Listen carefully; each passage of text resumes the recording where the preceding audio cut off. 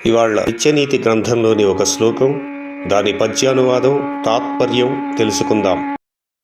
వివాదో ధన సంబంధో యాచనం చాతి భాషణం ఆదానమక్రతస్థానం మైత్రీభంగస్య హేతవ. ఇదే శ్లోకం తెలుగు పద్యంగా.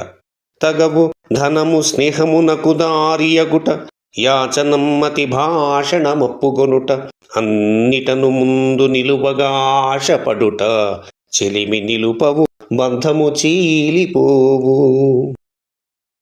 వాద వివాదాలు చేస్తూ తగవు పడటం, ధనం కారణంగా స్నేహబంధం ఏర్పడటం, ఏదైనా అడుక్కోవటం, మితిమీరి మాట్లాడటం, అప్పు తీసుకోవటం, ముఖ్యమైన సందర్భాలలో తానే ప్రధానమని ముందు నిలవాలని చూడటం, ఇలా ఈ 6 స్నేహం చెడిపోవడానికి కారణాలుగా నిలుస్తాయి.